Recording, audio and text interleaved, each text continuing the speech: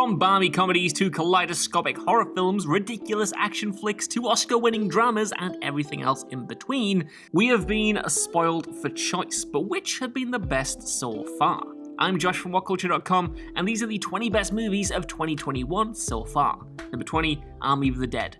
There have been a lot of big, dumb action movies this year. I mean, Godzilla vs. Kong just missed off this list, so consider this an honourable mention for that as well. But Zack Snyder's Army of the Dead might just be the biggest and dumbest and also best. A return to form after a stint in superhero movies, Snyder taps into the seemingly unlimited resources and freedom that comes with working with Netflix to deliver this balls-to-the-wall zombie heist movie. With a stellar ensemble cast, Tig Notaro being a particular highlight, which is crazy considering that she wasn't even originally in the movie, Army of the Dead brings the action and charm, even if it does take itself a bit too seriously at times, and of course, is way longer than it needs to be. Number 19, Nobody. The success of John Wick is sure to result in numerous actors getting their own slick, badass assassin vehicles, but did anyone expect Better Call Saul star Bob Odenkirk to end up leading one? Odenkirk is nevertheless perfectly cast as a former CIA assassin, now eking out a quiet, mediocre life with his family until his cover is blown and he's forced to dust off his special set of skills. While it doesn't have too much to offer in the story stakes, Nobody is all about the action, and delivers creatively brutal set pieces in spades. Odenkirk ingeniously exploits his unassuming exterior, but also clearly invested the time necessary to convince as a one-man wrecking crew. If you're craving lean, efficient action thrills, then you can't do much better than this 92-minute flick. Number 18, Oxygen. Alexandra Aja returns with this ludicrously entertaining one-woman show in which Elizabeth awakens inside a cryogenic medical pod with no memory of how she got there and must find a way out before she runs out of oxygen, hence the title. Making a movie with only one major on-screen character is extremely difficult, in fact made all the more challenging by the ultra-confined setting, requiring the director to get creative with how he portrays Elizabeth's claustrophobic predicament. It might try a little too hard to get one over on audiences later on in the story, but if you're willing to surrender yourself to this balmy thrill ride, then there's a lot to enjoy here. Number 17, The Courier. A classy, nimbly crafted, good old-fashioned historical spy film, The Courier isn't a mile-a-minute thrill fest, but it's a consistently compelling espionage flick topped by one of Benedict Cumberbatch's strongest performances. With its uncommon restraint and deference towards historical fact over frothy revisionism, Dominic Cooke's film is exactly the sort of tight professional thriller that we just don't see enough of these days. Again, it's not the most exciting film in the world, but dads everywhere will absolutely love it, trust me. Number 15, I Care a Lot. After treading water for many years following the success of 2014's Gone Girl, Rosamund Pike is back with another killer performance in Jay Blakeson's surprisingly strong black comedy, I Care a Lot. As a court-appointed legal guardian who uses her government-sponsored powers to defraud the elderly and infirm out of their homes and money, Pike is exceptionally well cast. Though slick and cutesy, there's a very real critique of society's treatment of the elderly at the film's core as well. Best embodied by the primary object of Grayson's scheme, a surprisingly spiky woman played with tremendous relish by Diane Wyest.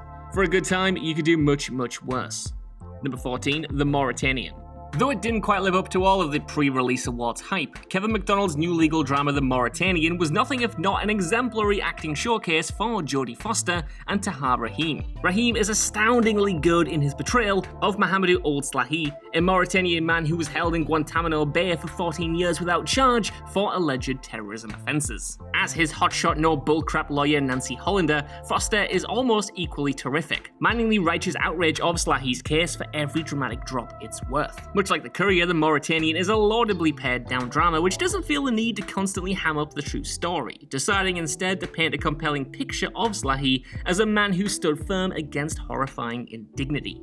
Number 13, In the Earth. Filmed over the course of just 15 days last summer in the height of the pandemic, Ben Wheatley's new horror film In the Earth has obvious parallels with the present global situation, but steers it in a unique enough direction to not feel like an exploitative cash-in. In a world where a deadly virus has wiped out most of the population, a scientist journeys through a forest to reach a research site, though finds far more than he bargained for in said forest. This is definitely a film best seen with as little knowledge as possible, because Wheatley darts around in so many unexpected and exciting directions that even watching the trailer will probably clue you in too much. No, simply that it's Wheatley's most persuasive film project in years, arguably since his 2011 barn burner Kill List, aided by the efforts of a skilled cast, gorgeous cinematography, and disorientating sound design.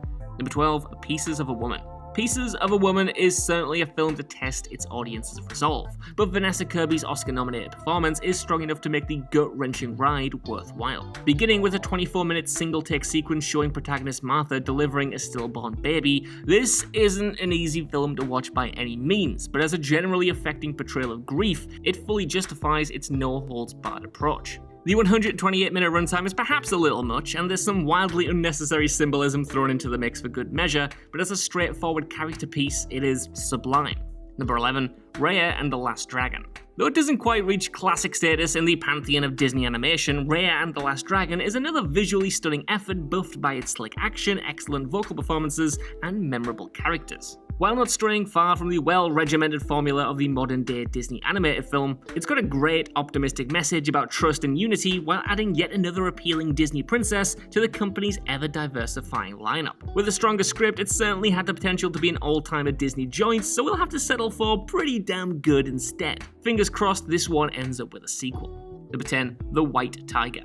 Ramin Bahrani's The White Tiger, which saw Bahrani receive a Best Adapted Screenplay Oscar nomination, dawningly adapts a 2008 novel of the same name to the big screen with tremendous skill. Chronicling the life and times of Balram, from an unassuming life as a poor Indian villager to ruthless entrepreneur, The White Tiger is a darkly comedic satire of both India's social structure and late-stage capitalism as a whole. Lead actor Adarsh Gourav should have been in the Best Actor Oscar conversation, and is a revelation as Balram, portraying a man frayed at the seams by his increasingly abject predicament. True to form, writer-director Bahrani never loses sight of his character's humanity, even in the funniest and grimmest of circumstances, delivering his most populous dramatic work in the process. Number 9, In the Heights. John M. Chu's adaptation of Lin-Manuel Miranda's Tony-winning musical is as vibrant and full of life as films get. If you can forgive the slightly overbaked 143-minute runtime, In the Heights is an absolute riot and an examination of the ups and downs of the American dream and what the age term even means in the modern day. The performances, particularly from Anthony Ramos, Leslie Grace, Melissa Barrera, and Corey Hawkins, are pure knockouts, while Chu makes the most of the cinematic medium to deliver creative reinterpretations of the musical's most beloved tracks. Number 8, The Killing of Two Lovers. Perhaps the best movie released this year that basically nobody is talking about, the mesmerizing The Killing of Two Lovers follows David, a rage-filled man struggling to accept estrangement from his wife and 4 children. Per its imposing title, this film is filled with anxious tension throughout its tight 84-minute runtime, as a picture is painted of a man teetering on the precipice of explosive violent anger while his life crumbles around him. Clayne Crawford is superb as David, a complex and beguiling figure who conveys both the dangers of toxic masculinity and the fact that things are not always as black and white as they seem. Aided by beautiful full 3 cinematography and unexpectedly unique sound design, this will stick with you for quite some time. Number 7, Luca. Pixar's Luca is one of the most charming, heartwarming, and effective movies of the year. About the eponymous Luca, a fish monster living a quiet, secluded life with his family in the ocean, he meets up with Alberto, who shows him the wonders of life above the surface. Set in mid-20th century Porto Rosso, the look, feel, and vibe of the movie is absolutely splendid, brought to life by some of the most stunning animation the famed company has delivered yet. Like seriously, at some points this turned me into my dad when he used to watch me play Xbox 360 games, mumbling things like, "Oh, look at the graphics on that," or "Whoa, get a load of that picture" out loud. It is just that sublime. Of course, it's the character and humor that makes the flick so special though, as well as the pure imagination that's poured into it. Pixar have absolutely nailed it again, to put it simply, and hopefully you'll be sobbing through the final moments just like I was. In a good way, of course. Number 6, Shiva Baby. A 78-minute panic attack, Shiva Baby focuses entirely on one scenario. What would happen if you bumped into your sugar daddy at a family member's Shiva? This is the fate that befalls lead character Danielle, who's under pressure from pretty much all sides. How does she keep this side of herself away from her parents' watchful eyes? How does she navigate the rest of her demanding extended family? And how can she reconnect with an ex-girlfriend that she still has feelings for? With exceptional performances across the board and a touching, at times hilarious script, Shiva Baby is totally unique, and a great love letter to the kind of multitudes that make up a single person. Number 5, The Mitchells vs. the Machines. A strong contender in the race for next year's Best Animated Film Oscar, The Mitchells vs. the Machines is a freaking delightful animation from always solid producers Phil Lord and Christopher Miller. Centered around the titular dysfunctional family as they attempt to save the world from a global robot uprising, this is an insanely energetic, visually stunning, consistently hilarious adventure comedy. Feel good without ever getting too sentimental, and somehow peppy as hell without ever being annoying about it, The Mitchells vs. the Machines is an animated film sure to be enjoyed near equally by youngsters and adults. A witty, affecting crowd pleaser with intelligence and artistry emerging from its every pore. Also, a particular shout out to Olivia Colman, who is hilarious as the villainous virtual assistant pal. Number 4, Judas and the Black Messiah. A stunning, infuriating history lesson and transfixing actor showcase, Judas and the Black Messiah rightly won Daniel Kaluuya the Best Supporting Actor Oscar for his peerless performance as Fred Hampton, the chairman of the Black Panther Party's Illinois chapter in the late 1960s. Captured through the lens of FBI informant Bill O'Neill, played by a brilliant Oscar-nominated Lakeith Stanfield, director Shaka King delivers one of cinema's all-time great undercover crime thrillers here, and one elevated by the soul-searing tragedy of its real-life inspiration. Exquisitely crafted in its every moment, tenaciously acted by its entire ensemble, also including Jesse Plemons as FBI agent Roy Mitchell, and nerve-shreddingly tense whether you know the real story or not, this is top-level filmmaking in every regard.